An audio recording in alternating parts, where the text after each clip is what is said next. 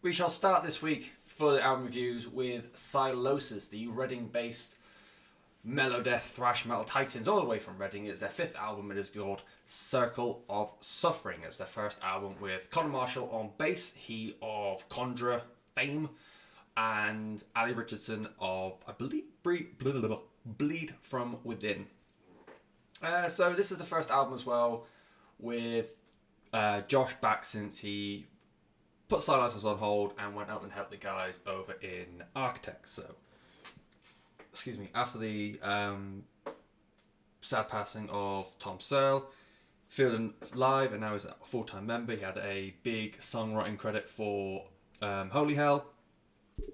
And when I heard Sylosis were going to be coming back, although they released I 7 in conjunction with the news that they would be back for a new album the following year, I 7 was very much a thrashy melodeath kind of song, typically befitting what Sylosis do and what they've done in the past, but there was still a little bit in the back of my head that thought his work he's done with Architects, he might try and bring that into Sylosis for, like to expand the sound, or maybe to make it a little bit more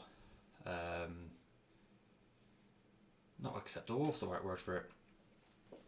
Just easier on the ears. I can't think what the fucking word for it is. I never can. But yeah, happy to report none of that exists. This is still a very, very intense, very heavy thrash metal with tinges of melodeath in there as well kind of album. Empty Prophets opens the album and it just explodes straight into that thrash metal motif of the album. It's full of massive big riffs, lots of technical licks, and just in general good thrash metal things. It goes into I 7, which is of course the lead single. Very, very great song in and of itself. To me it's a bit of an ode to Metallica with their very clean dramatic intro, and then it explodes and just like kicks you in the dick. The second single, Calcified, probably my favourite song on the album. It's an absolute belter of a song.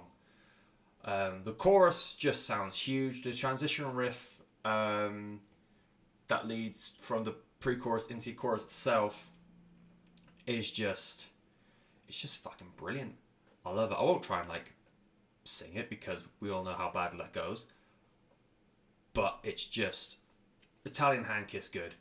I think Josh on Calcified is also on the rest of the album. Josh's enunciation for his lyrics are just insane. I think it was Suffocation, one of the first death metal kind of bands that really he opened his mouth more, so that meant he could be understood more even with the screams. I think Josh has got that to an absolute T on this album.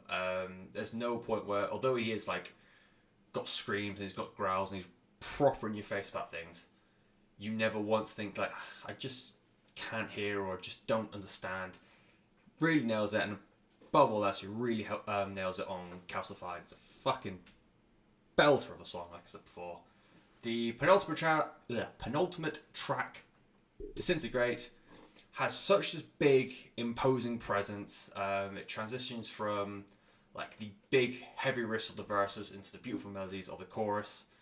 And to me, as good as the song is, and it's a very good song, Disintegrate, I feel like the placement in the album is just a little bit off. Because the end song, Abandon, it's the ballad, for lack of a better word, of the album. It's very sincere, it's very melancholic. And yeah, to go from Disintegrate with this big imposing figure of itself, to then go into Abandon, which is you're going from up here all the way straight back down again in terms of energy. I just feel like it could have been done with being more in the centre of the album, maybe after Calcified or maybe after Nvidia. The only problem is I don't know what I would have in its place, because if you just put Disintegrated up a little bit further and then just shuffle everything back down again, I think you have a similar sort of problem with Devil in Their Eyes. So I think when I was looking at last night, as a potential list of what they could have swapped with, I think Idle Hands or Apex of the Stain would have been better to have going from Devils in Their Eyes into Abandon. It just tears the energy and the intensity of the album down a little bit better. And yeah, to me it was just slightly jarring going from such high intensity of Disintegrate into like the low melancholia of Abandon, but that might just be me. In terms of the album as a whole and what I think about it, it was good. I know there's a lot of people going bit bananas over it. I just wasn't blown away because I remember years and years ago when people were going absolutely nuts for their back catalogue. So what were the two albums that really made people go? Edge of the Earth and Monolith, particularly Monolith. So I remember like they was my Metal Hammer days, and I remember everyone going absolute apeshit for those kind of albums.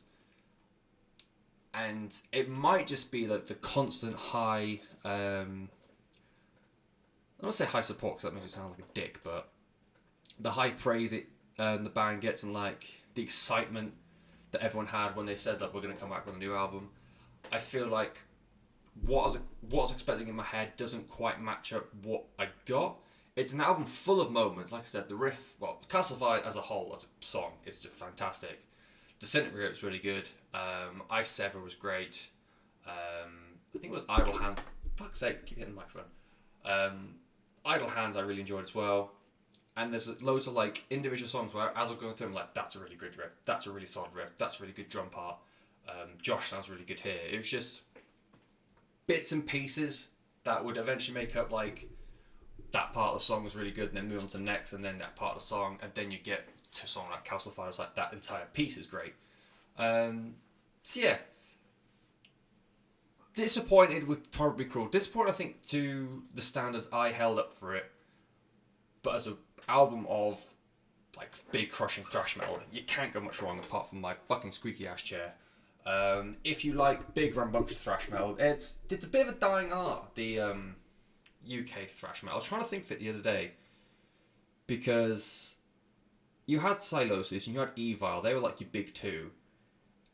And then there was some more around them, and God forbid I can't think of any of them. Even last night when I'm not having to think for a podcast, I generally could not think of any major names as part of that scene. But I think that goes to show. At one point there was talk of like a resurgence for UK thrash metal, and then it just died on its ass. Like Evil, I've realised haven't done an album in what was it, 7 years? When did Five-Headed Serpent came out in 13? Album afterwards, which I can't remember the name, must have come out in 15. So yeah, it's been 5 years, and they've been saying they've been working on an album for about 2 or 3. It's a shame. It's a shame. But if you long for those days, or if you still want a UK thrash metal scene to appear, do things like support Sylosis, because they are, at the end of the day, very, very good. The new album is called Circle of Suffering. It's out now. You've probably already heard it because it came out precisely a month ago as I'm recording. Either way, it's very, very good. Move on.